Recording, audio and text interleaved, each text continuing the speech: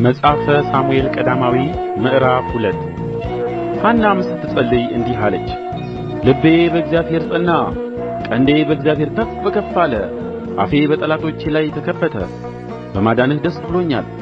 እንደ እግዚአብሔር ቅዱስ የለምና እንደ አምላካችንም ጻድቅ የለምና ከአንተ በቀር ቅዱስ የለም። አትታበዩ፣ በኵራትም አትናገሩ፣ እግዚአብሔር አዋቂ ነውና እግዚአብሔርም ሥራውን የሚመዝን ነውና። ከአፋችሁ የኵራት ነገር አይውጣ። የኃያላንን ቀስት ሰብረዋል፣ ደካሞችም በኃይል ታጥቀዋል። ጠግበው የነበሩ እንጀራ አጡ፣ ተርበው የነበሩ ከራብ ዐርፈዋል። መካኒቱ 7 ወልዳለችና ብዙም የወለደችው ደክማለች።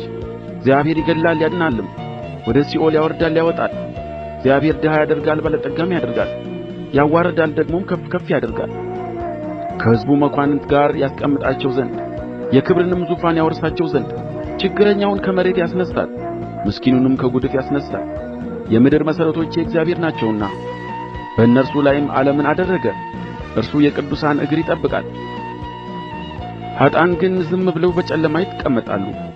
ሰው በኃይሉ አይበረታምና ከእግዚአብሔር ጋር የሚጣሉ ይደቅቃሉ፣ በሰማይም ያንጐደጕድባቸዋል። እግዚአብሔር እስከ ምድር ዳርቻ ይፈርዳል፣ ለንጉሡም ኃይል ይሰጣል፣ የመሲሑንም ቀንድ ከፍ ከፍ ያደርጋል። ሕልቃናም ወደ ቤቱ ወደ አርማቴም ሄደ። ብላቴናውም በካህኑ በዔሊ ፊት እግዚአብሔርን ያገለግል ነበር። የዔሊም ልጆች ምናምንቴዎች ነበሩ፣ እግዚአብሔርንም አያውቁም ነበር። የካህናትም ልማድ በሕዝቡ ዘንድ እንዲህ ነበር።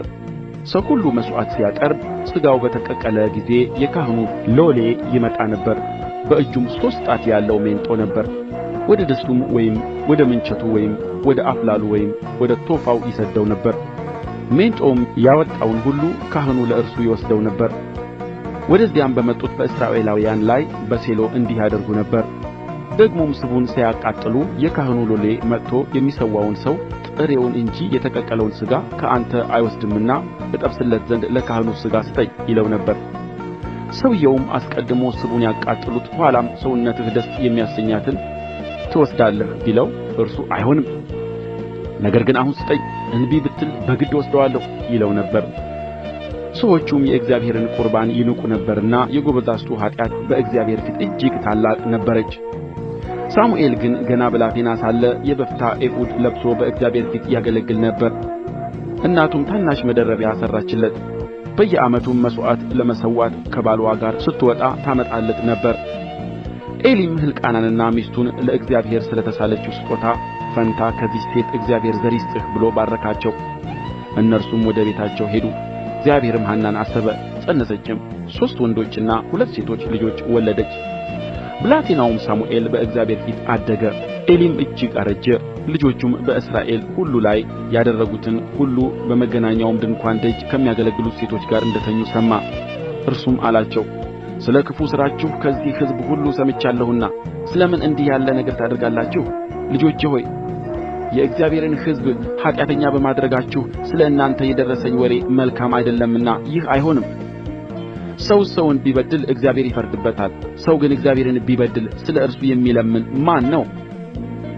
እነርሱ ግን እግዚአብሔር ሊገድላቸው ወድደዋልና የአባታቸውን ቃል አልሰሙም። ብላቴናውም ሳሙኤል እያደገ ሄደ፣ በእግዚአብሔርም በሰውም ፊት ሞገስ እያገኘ ሄደ።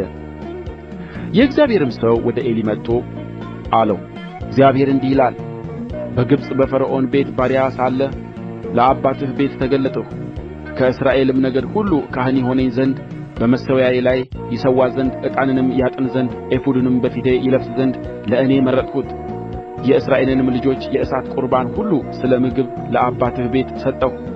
በማደሪያዬ ያቀርቡት ዘንድ ያዘዝሁትን መሥዋዕቴንና ቁርባኔን ስለ ምን ረገጣችሁ? እንድትወፍሩም የሕዝቤን የእስራኤልን ቁርባን ሁሉ መጀመሪያ በመብላታችሁ ከእኔ ይልቅ ልጆችህን ለምን አከበርህ?